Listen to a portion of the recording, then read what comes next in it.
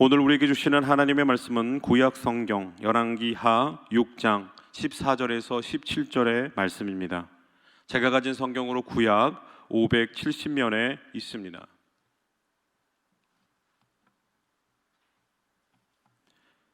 제가 읽고 마지막 절은 함께 읽겠습니다.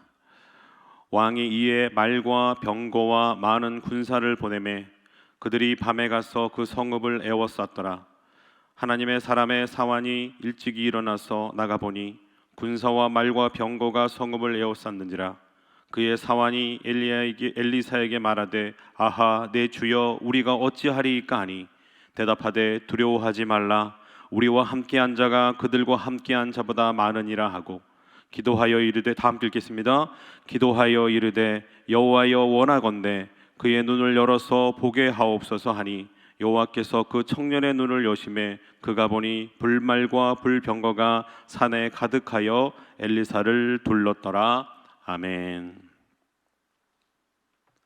하나님의 은혜가 각자의 초소에서 온라인으로 참석하신 모든 성도님들에게 함께 하시기를 소원합니다. 우리 계신 자리에서 서로 축복했으면 좋겠습니다. 사랑합니다. 축복합니다.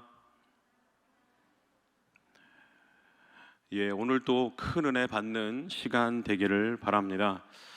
오늘은 열왕기하 6장 14절부터 17절의 말씀입니다.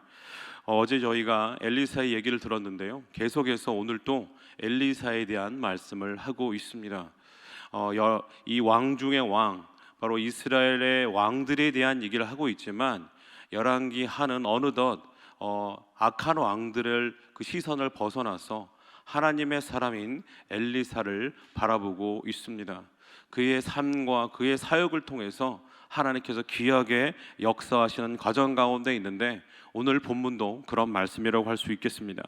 오늘 말씀을 보면 어떤 한 성이 있는데 그 성이 지금 아람 군대에 의해서 포위되어 있습니다.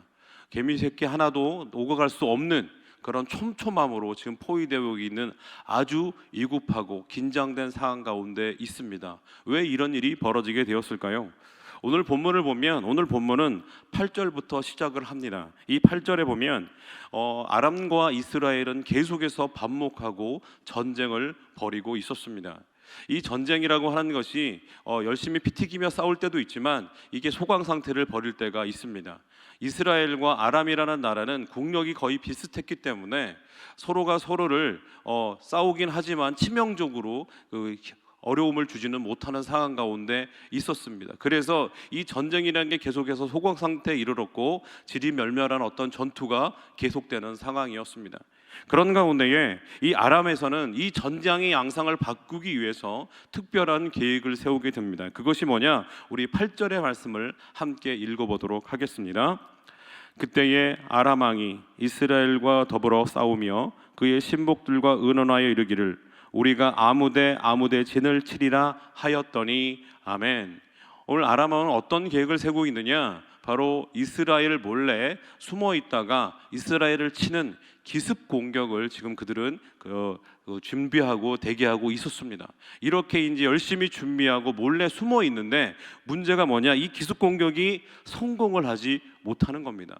왜냐하면 알고 봤더니 엘리사라는 사람이 전능하신 하나님의 말씀을 듣고 이스라엘 왕에게 여기저기에 지금 아람 군대가 숨겨져 있으니 당신이 그들에게 찾아가십시오라고 얘기하니까 도저히 숨어서 기습 공격을 하려고 해도 미리 대비를 하다 보니 싸울 수가 없고 이길 수가 없었던 것입니다. 그렇게 해서 끊임없이 아람 군대는 이스라엘 백성을 도발했지만 결국 자기의 어떤 생각을 그리고 자기의 성공의 목적을 이루지 못하고 계속 실패하는 과정 가운데 있었습니다. 그래서 우리가 먼저 누구를 쳐야 되겠느냐? 바로 엘리사를 쳐야겠다라고 결심을 했습니다. 그래서 바로 엘리사가 살고 있는 이 도단성에 가서 이스라엘 아람 군대가 전 군대가 가서 포위를 하고 있는 겁니다. 우리 그래서 14절의 말씀을 다시 한번 읽어보겠습니다. 왕이 이에 말과 병거와 많은 군사를 보내매 그들이 밤에 가서 그 성읍을 에워쌌더라. 그렇습니다. 이스라엘 군대가 수많이 있었지만 엘리사 한 명을 치기 위해서 아람의 전 군대가 쳐들어가고 있습니다. 그의 나중에 요아스라는 왕이 엘리사에게 이런 고백을 합니다. 내 아버지요, 내 아버지요, 이스라엘의 병거요 마병이요 라고 얘기를 합니다. 이게 무슨 의미냐? 과거에 전쟁을 벌일 때 가장 중요한 것이 병거와 마병이었습니다. 이 병거와 마병은 나라를 지키는 도구였습니다. 그래서 이 꼭 필요한 것이었는데, 이 요아스 왕이 엘리사에게 어떤 고백을 하는 거냐? 당신은 이 나라를 지키는데 꼭 필요한 사람이었습니다. 이스라엘에는 수많은 군대가 있고 훌륭한 장수들이 있었지만 그럼에도 불구하고 당신이 이 이스라엘을 지키시는 분이었습니다라고 할 만큼 놀라운 평가를 하셨던 분이었습니다. 이 엘리사를 죽이기 위해서 지금 아람의 군대가 쳐들어온 것입니다. 근데 이 광경을 지금 15절의 말씀 같이 한번 읽어보도록 하겠습니다. 하나님의 사람의 사환이 일찍이 일어나서 나가보니 군사와 말과 병거가 성읍을 에워쌌는지라. 그의 사환이 엘리사에게 말하되 아하 내 주여 우리가 어찌하리이까 하니. 오늘 이 성의 포위를 처음 깨닫게 된 사람이 누구냐? 하나님의 사람의 사환이었습니다. 이 사환은 원어로 섬기다, 봉사하다라는 표현을 쓰고 있는데요, 흔히들 엘리사의 몸종이다라고 생각하는 경우가 많이 있습니다.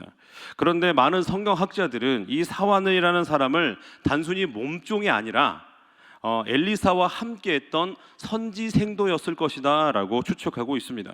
선지생도라고 하는 것은 뭐냐? 선지자가 되기 위해서 지금 수련받고 공부하는 사람을 얘기합니다. 지금이야 목회자를 양성하기 위해서 선지동산이라고 하는 신학교에 가서 공부도 하고 또 교회에서 봉사도 하면서 목회자로 길리움받고 자라나게 됩니다. 근데 과거에는 신학교라는 게 없지 않았겠습니까? 과거에는 어떻게 했느냐? 바로 현직에서 활동하고 있는 선지자들을 찾아가는 겁니다.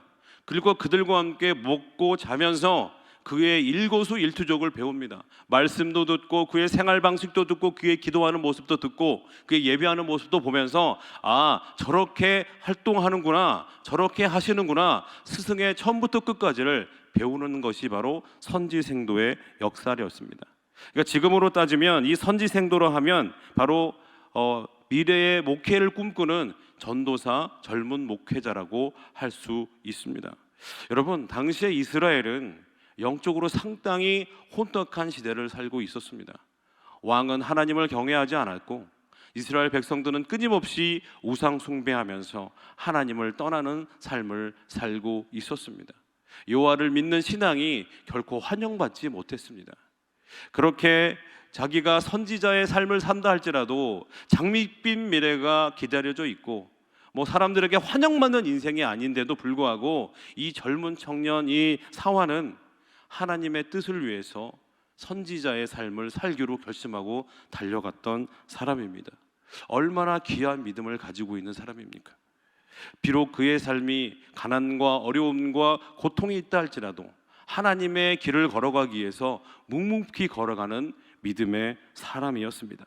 그는 적어도 그 삶 속에서 하나님이 나를 보호해 주실 것이다, 하나님이 이 나라와 이 민족을 지켜주실 것이라고 하는 믿음을 가지고 살았을 것이 분명합니다.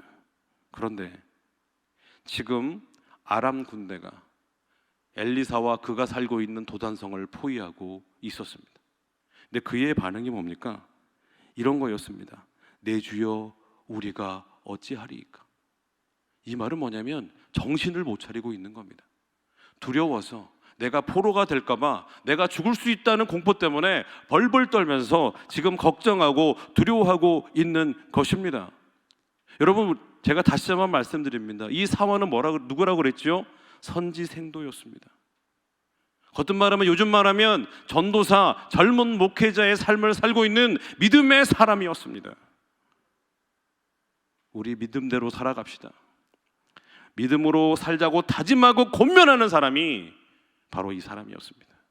그런데 정작 위기가 닥쳐오자, 상황이 원활하게 돌아가지 않게 되자 그는 맥이 풀려서 두려움에 벌벌 떨고 있습니다. 엘리사가 그를 위로한답시고 이렇게 얘기합니다. 두려워하지 말라. 우리가 함께한 자가 그들과 함께한 자보다 많으니라. 그런 위로의 말을 했지만 그런 위로의 말은 그의 귀에 전혀 들리지가 않았습니다. 여러분 생각해 보십시오. 이것을 무엇라고 얘기하느냐? 인지부조화라고 표현합니다. 인지부조라는 건 뭐냐면 내가 믿는 것과 우리가 하는 행위가 일치하지 않을 때 나타나는 현상입니다. 나는 하나님이 지켜주신다고 믿고 있지만 정작 적들이 나를 죽이려고 하니까 그 믿음이 사라지고 두려움으로 벌벌 떨고 있는 현상이 바로 인지부조라고 할 수 있습니다. 근데 여러분 지금 오늘 본문에 나오는 사업만 그렇습니까? 아닙니다. 우리도 마찬가지입니다. 우리도 말로는 믿음대로 살아갑니다. 하나님의 말씀이 나를 지켜주실 겁니다. 하나님이 나를 보호해 주실 겁니다라고 믿음으로 고백하지만 정작 실제적인 위기와 고통이 찾아왔을 때에 우리는 두려움에 떨 때가 너무나 많습니다. 부끄러운 저의 고백을 좀 하려고 합니다. 제가 목사로서 각 가정을 신방하면서 이제 그 말씀을 전할 때가 있었습니다. 한 가정에 가서 말씀을 전하는데 이사 신방이어서 이제 그 이사 신방하는 그 축복의 말씀을 전해드렸습니다. 창세기 12장 1절부터 3절의 말씀을 전해드리면서 하나님의 세 가지 복이 이 가정 가운데 임하기를 원합니다. 그러면서 큰 민족을 이뤘고 이름이 창대하게 됐고 복의 근원이 되어서 살아갔던 그 아름다운 축복의 삶이 이 이사된 가정 가운데 함께하길 바랍니다라고 축복해 주었습니다. 그러면서 하나의 전제 조건을 달았습니다. 그게 뭐냐? 아브라함처럼 본토 친척 아비집을 떠나야 합니다. 이 본토 친척 아비집은 단순히 이사 가는 것이 아니라 내가 지금 믿고 있고 내가 지금 신뢰하고 있고 내가 안정감을 누리고 있는 그 현실에서 떠나야 된다라고 강력하게 말씀을 드렸습니다. 여러분 이 말씀 은혜가 되시죠? 아멘 되시죠? 그 가정도 아멘으로 화답을 했습니다. 하지만 듣는 집사님께서 약간 오묘한 미소를 지으시면서 아멘을 하셨습니다. 예배가 마친 후에 다가를 나누는 과정 가운데 있었는데 그 집사님께서 저에게 사랑하는 말로 저에게 조언을 해주셨습니다. 저는 그게 기분 나쁘지는 않았는데요. 뭐라고 그랬냐면 목사님 이 창세기 12장의 말씀은 우리 가정에 주시는 말씀이기도 하지만 목사님에게 주시는 말씀이기도 합니다라는 겁니다. 저는 그 말씀을 듣고 뒤통수를 맞는 줄 알았습니다. 정작 나는 여러분 믿음대로 살아가십시오. 여러분이 믿고 있는 안정감을 누리지 마시고 하나님의 말씀 붙잡고 살아가십시오. 하나님이 보여주시는 그 비전 가지고 살아가십시오라고 제가 선포를 했지만 정작 제 자신은 안정감을 누리려고 노력했고 도전을 비전을 이끌어가는 삶을 살지 않으려고 그렇게 살아가던 모습을 제 자신이 보게 되었습니다. 여러분 이것은 비단 지금 그 옛날 이 사환의 모습만이 아니라 우리의 모습도 마찬가지입니다. 우리도 하나님을 믿는다고 하지만 정작 결정적인 순간에 두려움에 휩싸입니다. 아하 내 주여 우리가 어찌하리이까 이렇게 안타깝게 절규할 때가 많이 있습니다. 내 소중한 무엇이 뺏길까 봐 사라질까 봐 두려워합니다. 내 가정이 잘못될까 봐 내 가족이 건강으로 잘못될까 봐 걱정할 때가 많이 있습니다. 보이지 않는 미래 그 경쟁에서 밀려서 도태될 것 같은 두려움 그리고 변화되는 세상 속에서 내가 살아남을 수 있을까 하는 그런 두려움 속에서 하루하루를 살아갈 때가 많이 있습니다. 정작 주님이 나를 지켜주신다고 고백은 하지만 현실 속에서 그렇지 않을 때가 너무나 많이 있습니다. 우리에게 필요한 것이 무엇이겠습니까? 바로 두려움을 맞설 용기가 필요합니다. 그렇다면 그 두려움을 이겨낼 수 있는 힘이 무엇일까요? 오늘 말씀에 나오고 있습니다. 우리 17절의 말씀을 한번 같이 읽겠습니다.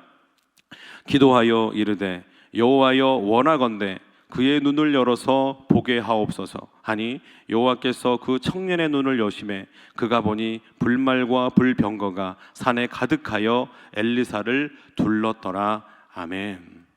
오늘 17절에 보면 처음에 뭐라고 얘기합니까? 기도하여 이르되라고 얘기하고 있습니다. 여러분 두려움에 떨고 있는 사안에게 엘리사가 행동한 것이 처음에 한 것이 뭡니까? 바로 그 사람을 달래거나 위로해 주거나 일으켜 세운 것이 아니었습니다. 바로 그 사람을 위해서 기도했습니다. 내 주여 어찌하리이까? 두려움으로 벌벌 떨 수 있습니다. 주저앉아서 힘들어할 수 있습니다. 하지만 주저앉아서 그냥 두려움에 떨고 있는 것이 아니라 엘리사는 기도했습니다. 하나님, 이 두려움을, 이 염려를, 이 걱정을 이겨내게 하여 주시옵소서. 우리 빌립보서 4장 6절에서 7절의 말씀을 함께 읽겠습니다. 아무것도 염려하지 말라. 다만 모든 일에 기도와 간구로 너희 구할 것을 감사함으로 하나님께 아뢰라. 그리하면 모든 지각에 뛰어난 하나님의 평강이 그리스도 예수 안에서 너희 마음과 생각을 지키시리라. 아멘. 여러분, 이 말씀은 사도 바울이 한 얘기입니다. 사도 바울이 정말 아무런 근심과 걱정이 없고 두려움이 없을 때 했던 말씀이 아니었습니다. 사도 바울은 빌립보서를 쓸 때 감옥에 있었습니다. 그는 환난과 걱정과 근심과 염려가 가득한 삶을 살아가고 있었습니다. 하지만 그 삶과 염려와 두려움이 아무런 유익이 없다는 걸 깨달은 겁니다. 백해무익한 것이죠. 오히려 염려하고 두려워할 시간에 오히려 기도하고 간구할 때에 하나님께서 뭐를 주십니까? 바로 모든 지각에 뛰어난 하나님의 평강을 그의 마음과 생각에 부어 주십니다. 여러분, 두려워할 때 뭘 해야 된다고요? 기도해야 합니다. 염려하지 말고 하나님 앞에 이것을 주실 겁니다. 하나님이 허락해 주실 겁니다. 하나님의 역사에 주실 겁니다. 이렇게 기도하고 부르짖고 믿고 나아갈 때에 하나님이 반드시 그 두려움이 변하여 기쁨이 되게 하실 줄 믿습니다. 여러분, 찬송에 그런 찬송이 있죠. 그 두려움이 변하여 내 기도 되었고 전날의 한숨 변하여 내 노래 되었네. 주님을 찬송하면서 할렐루야 할렐루야. 내 앞길 멀고 험해도 나 주님만 따라가리. 내 주는 자비하셔서 늘 함께 계시고 내 궁핍함을 아시고 늘 채워주시네. 주님을 찬송하면서 할렐루야 할렐루야. 내 앞길 멀고 험해도 나 주님만 따라가리. 할렐루야. 여러분, 그렇습니다. 그 옛날 우리 믿음의 선배들이 늘 근심과 걱정 속에 있을 때에 기도하면서 이 찬양을 했던 것을 기억합니다. 내 궁핍함을 알고 반드시 채워주실 겁니다. 비록 내가 한숨을 가지고 주님 앞에 나왔지만 내 기도 들어주시고 응답해 주실 겁니다. 그 하나님의 간구와 부르짖는 가운데 반드시 그 두려움을 이겨내고 믿음으로 승리할 줄 믿습니다. 여러분, 두려움을 이겨내는 가장 큰 힘은 기도라는 사실을 기억하시기 바랍니다. 그렇다면 과연 우리는 어떤 기도를 해야 되는 것일까요? 오늘 두 번째 17절에 보면 이렇게 얘기합니다. 여호와여, 원하건대 그의 눈을 열어서 보게 하여 주옵소서. 뭐라고요? 그의 눈을 열어서 보게 하여 주옵소서. 지금 방금 선지생도 우리 사화는 분명히 눈을 뜨고 보는 사람이었습니다. 어떻게 아느냐? 도단성에 포위한 아람 군대를 보고 두려워하지 않았습니까? 그렇죠? 그렇다면 분명히 볼 수 있는 사람이었습니다. 그런데 이 엘리사는 뭐라고 얘기합니까? 그의 눈을 열어서 보게 해달라고 얘기를 하고 있습니다.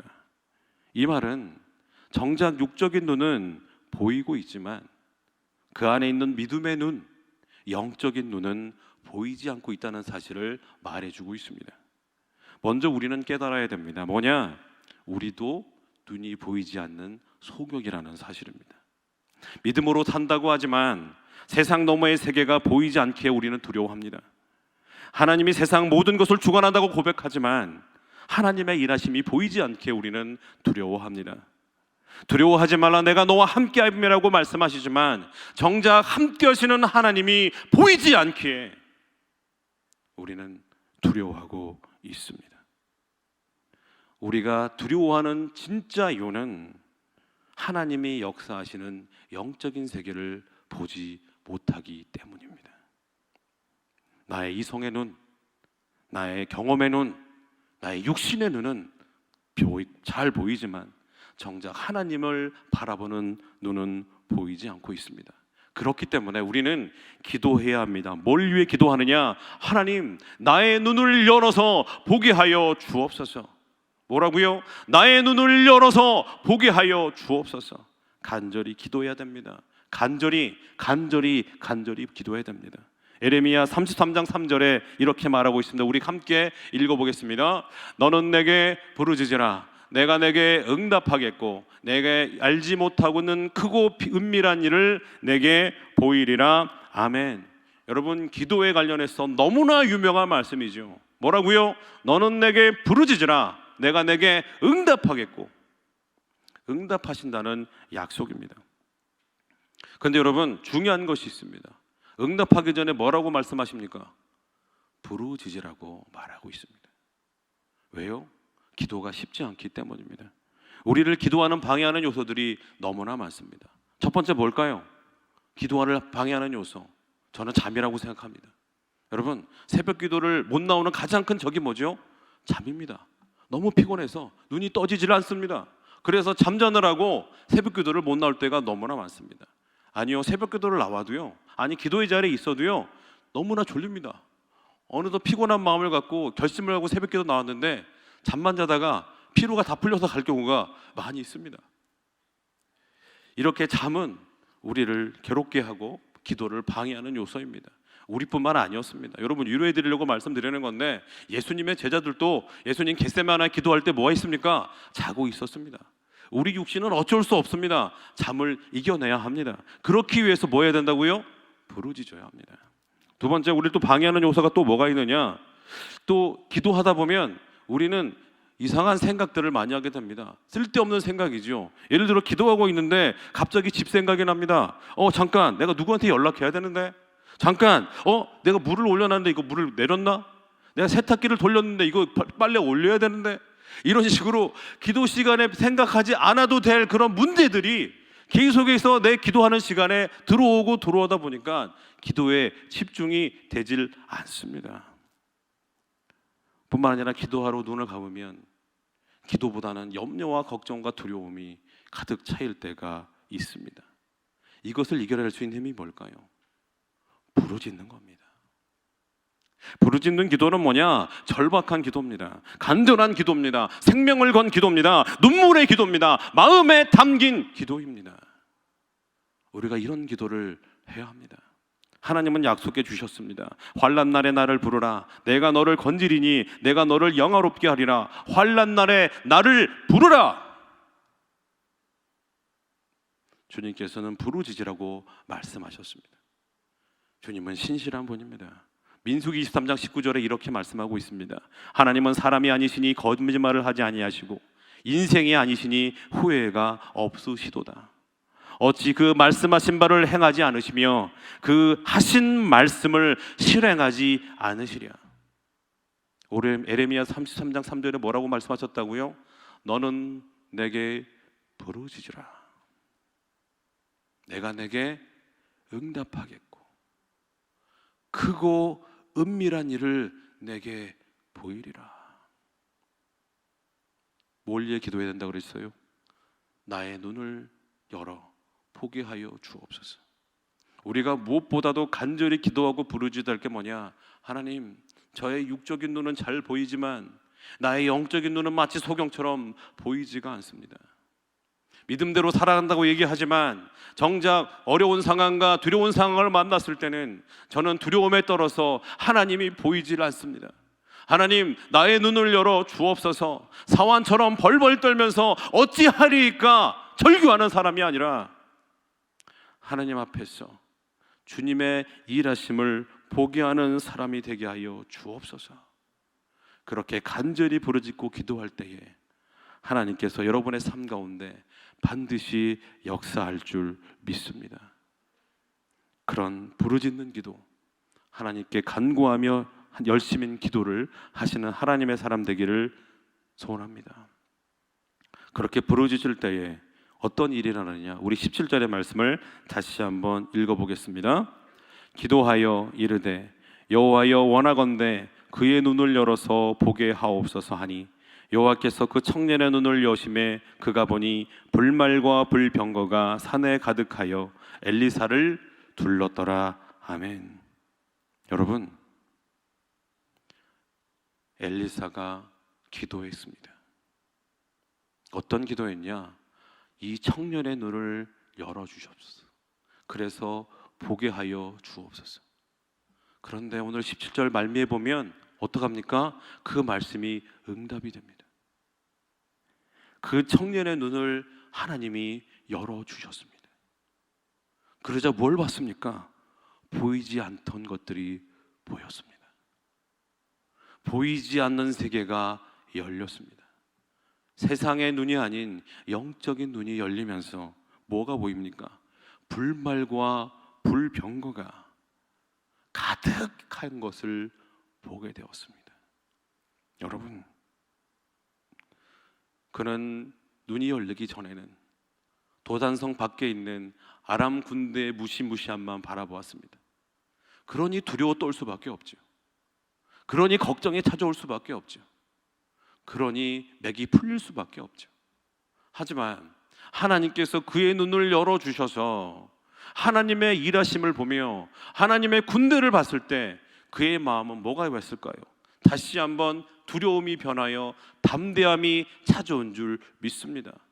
엘리사의 고백처럼 저들보다 우리 군대가 훨씬 많다는 그 말씀이 비로소 믿어졌을 겁니다. 아하, 하나님의 군대가 나와 우리 선지자 엘리사를 지켜주고 계시는구나. 저는 이 사건을 통해서 이 사환의 삶이 완전히 바뀌었다고 생각합니다. 이 사건 전에는 환경 때문에 두려워하고 걱정하고 매일매일 삶이 근심과 걱정의 삶이었다면 이후로의 삶은 완전히 바뀌어서 하나님의 나를 지켜주실 거예요. 하나님이 나를 보호해 주실 거야. 하나님이 나를 인도해 주실 거야 라고 하는 담대한 믿음으로 살아간 줄 믿습니다. 여러분, 이 사환의 역사가 단순히 사함만으로 끝나지 않습니다. 그 옛날 사도 바울도 사울일 때에 하나님께서 그에게 나타나서 사울아 사울아 어쩌여 나를 핍박하느냐고 말씀하시면서 그 다메섹 도상에서 그는 쓰러졌습니다. 그때 그의 삶 가운데 찾아온 것이 뭡니까? 눈이 보이지 않았습니다. 지금까지 살아왔던 영적인 세계를 바라보지 못하고 세상적인 것만을 위해 살던 이 사도 바울이 아무것도 보이지 않고 살아갔습니다. 그때 아나니아가 찾아가서 뭐라고 합니까? 형제 사울아, 내가 내게 명하노니 눈을 뜨라고 말합니다. 그때의 비늘 같은 것이 벗겨지면서 비로소 보게 되었습니다. 여러분, 우리 안에 있는 비늘을 벗기시고 하나님의 역사를 바라보시기 바랍니다. 여러분, 사도 바울은 그 이후로 완전히 삶이 변했습니다. 모든 것이 배설물처럼 여기고 오직 주님의 은혜만을 위해 달려갔던 삶을 살았습니다. 우리에게 진짜 필요한 것은 뭡니까? 눈이 열리는 겁니다.